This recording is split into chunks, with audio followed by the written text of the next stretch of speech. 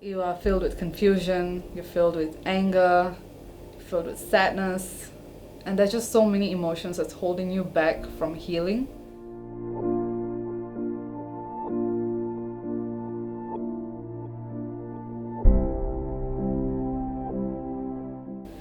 When it comes to the discussion on sexual violence, if you see in media and society, we always focus on the violence, the act of the violence.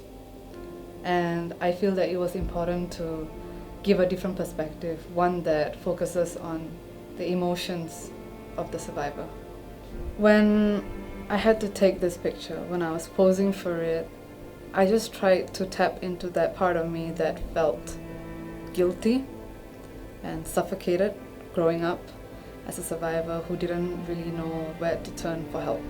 So that was the emotion, that helplessness, but at the same time the desperation was what I tapped into. When I was all tangled up in those knots, that is exactly what it feels like to grow up understanding your trauma. You are filled with confusion, you're filled with anger, filled with sadness, and there's just so many emotions that's holding you back from healing. The tangles in this image represents the internal conflict that I was experiencing growing up, and the image itself is a representation of me trying to break through those internal conflicts. The main objective of this image was to show that even though us survivors might seem fine on the outside, that there is a lot of turmoil going on inside of us. There is a lot of shame, there's a lot of struggle that we experience that goes unseen.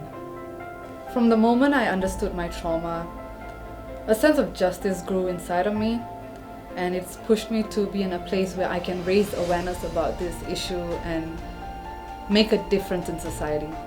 So this picture represents me as an agent of justice.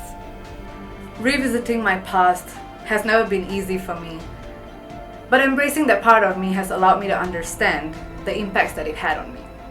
So I wanted this image to depict and empowered me standing eye to eye with my victim self and not be ashamed of her anymore.